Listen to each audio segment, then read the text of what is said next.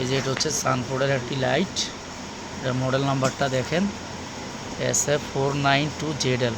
এই মডেলটিতে আমরা এখন এটির ব্যাটারি ইনস্টলেশন এবং চার্জিং সিস্টেমটা আপনাদেরকে দেখাবো, কিভাবে আপনারা এটা ব্যবহার করবেন, কিভাবে ব্যাটারি ইনস্টলেশন করবেন সেটা দেখাবো। এখন ওপেন করো, এই ব্যাটারিটা আগে আনবক্স করবেন।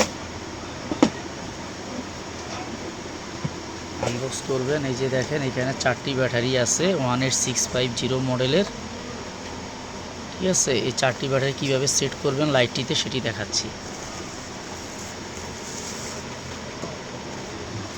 এই যে এই লাইটটি হচ্ছে অনেকে ভুলে পিছনে খুলে ফেলে, এটা পিছনে খোলা যাবে না, এটা এই যে মাঝখান থেকে ঘুরিয়ে মাঝখানে খুলবে। তারপরে এই ব্যাটারিগুলো হচ্ছে উপরের দিকে এই পজিটিভ, এই বাটনটা পজিটিভ অংশটা এই যে দেখেন এটাতে যে এই যে পজিটিভ, এই পজিটিভটা উপরের দিকে থাকবে। এভাবে 4টা ব্যাটারি সেট করতে হবে।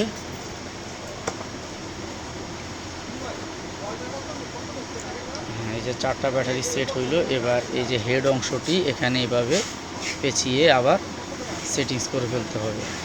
তারপর দেখেন এখানে 2টা বাটন আছে, একটা বাটন হচ্ছে হাই লো ব্লিঙ্ক আর একটা হচ্ছে ডাইরেক্ট অন অফ। এই যে আমরা এই যে হাই, এ লো, এ হাই, এই জুম আউট করো।